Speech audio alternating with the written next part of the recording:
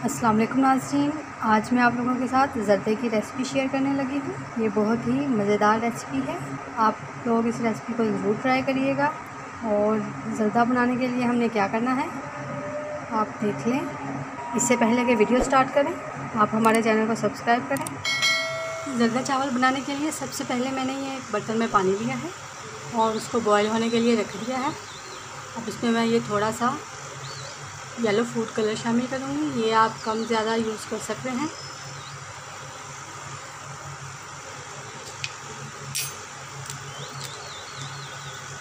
अब इसको मिक्स करूँगी।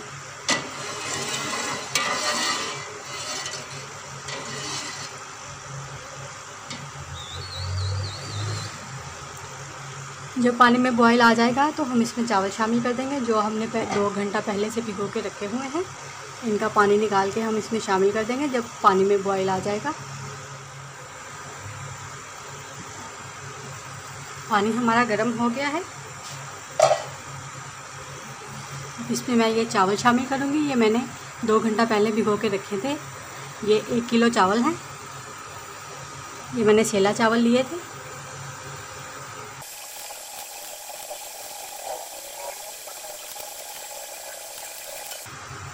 चावलों को हमने भिगो के लाजमी रखना है, क्योंकि जो सेला चावल होता है उसको लाजमी भिगोना पड़ता है। अब इसको मिक्स करूँगी। चावल मैंने इसमें शामिल करके मिक्स कर दिए हैं और अब मैं इसमें ये छुहारे शामिल करने लगी हूँ। ये ऑप्शनल है, आप चाहें तो डालें, अगर नहीं मूड है तो ना डालें। ये 15-16 हैं तकरीबन और इनको हम चावलों के साथ ही बॉयल करेंगे। एक दफ़ा फिर मिक्स कर लूँगी। और चावलों में कलर आप अपने टेस्ट के मुताबिक शामिल कर सकते हैं। कुछ लोगों को ज़्यादा पसंद होता है और कुछ को कम। और अगर आपको और डालना हो तो इस स्टेज पे आप कलर और शामिल कर सकते हैं। हम इसको पकाएंगे। चावलों को हमने तकरीबन 5 मिनट के लिए पकाना है, मतलब कि आधे पकाने हैं हमने और आधे हम बाद में शीरे में पकाएंगे। चावल हमारे बॉयल होना स्टार्ट हो गए हैं।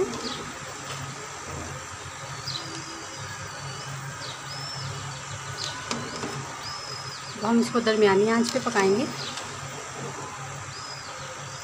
चावल हमारे गल जाएं। ये चावल तकरीबन बॉयल हो गए हैं। अब हम इसको चेक कर लेते हैं।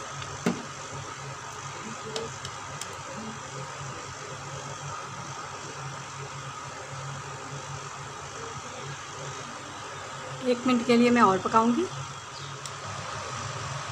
चावल हमारे बॉयल हो गए हैं। अब मैं इनको उतार के इनका पानी निकाल दूंगी, छान लूँगी मैं इनको। अब चावलों का सारा पानी मैंने निकाल दिया है और इसको इस तरह से छलनी में डाल दिया है। अब हम इसका शीरा तैयार करेंगे और उसके लिए क्या करना है, चलिए हम चूल्हे की तरफ चलते हैं। सबसे पहले हम घी या ऑयल जो भी आप शामिल करना चाहते हैं वो शामिल करेंगे। मैं घी शामिल करूँगी इसमें।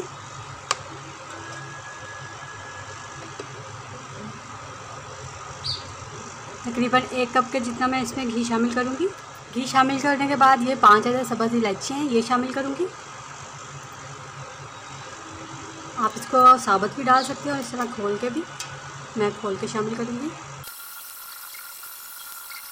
इनको थोड़ा सा हम कड़कड़ाएंगे ताकि घी में इनकी खुशबू आ जाए। सब्ज़ इलायची को मैंने कड़कड़ा लिया है। अब हम इसके दूध शामिल करेंगे। आप इसकी जगह पानी भी शामिल कर सकते हैं।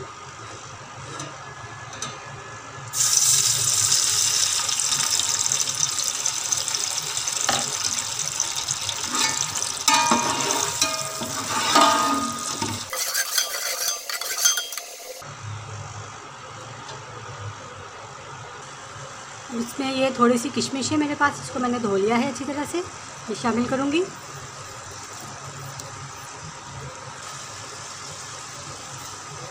और ये मेरे पास मुरब्बा अशरफी है, ये 2 कलर में है, ग्रीन और रेड।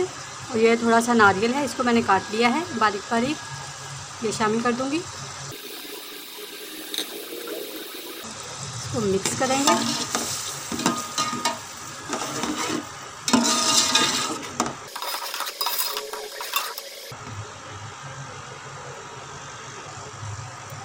ये 1 किलो चीनी है मेरे पास, ये शामिल करूँगी। 1 किलो हमने चावल लिए थे और चीनी भी हम उतनी ही शामिल करेंगे। जितने चावल होंगे उतनी ही चीनी लेंगे। अगर आप आधा किलो चावल ले रहे हैं तो आधा किलो चीनी शामिल करेंगे। इसको मिक्स करेंगे, इसका शीरा बना लेंगे हम। इसको हिलाते रहेंगे बीच बीच में जब तक चीनी हमारी मेल्ट हो जाए।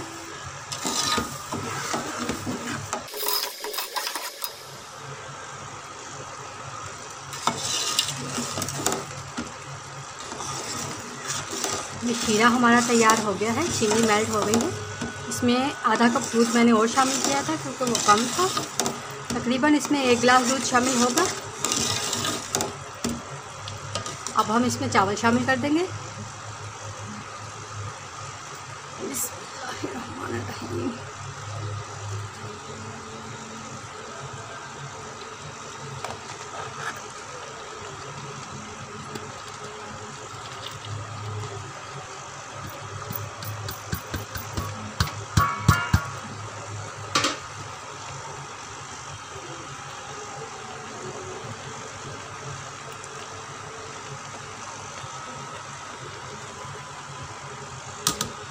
हल्के हाथ से इनको मिक्स करेंगे।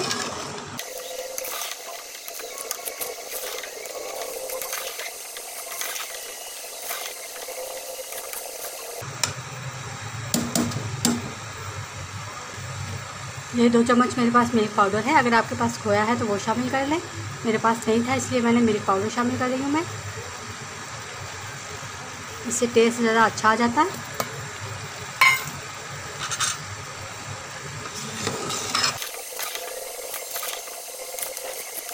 अब हम तेज़ आंच पे इनको पकाएंगे ताकि जो शीरे का पानी है वो ड्राई हो जाए। ये शीरा हमारा तकरीबन ड्राई हो गया है। अब हम इनको दम लगा देंगे चावलों को। अब ये दम पे पकेंगे।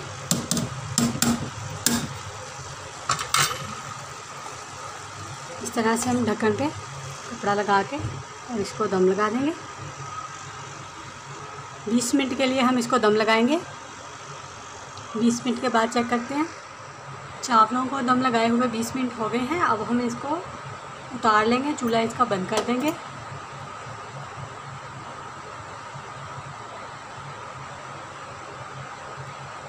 देखिए, ये चावल हमारे तैयार हो गए हैं।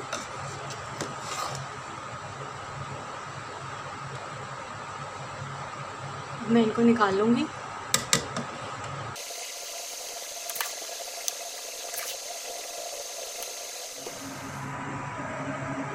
ये हमारा मज़ेदार मीठा मीठा ज़र्दा तैयार है।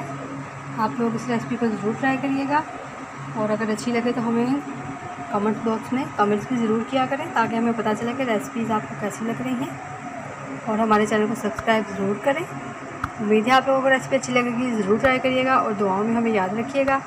अल्लाह हाफिज़।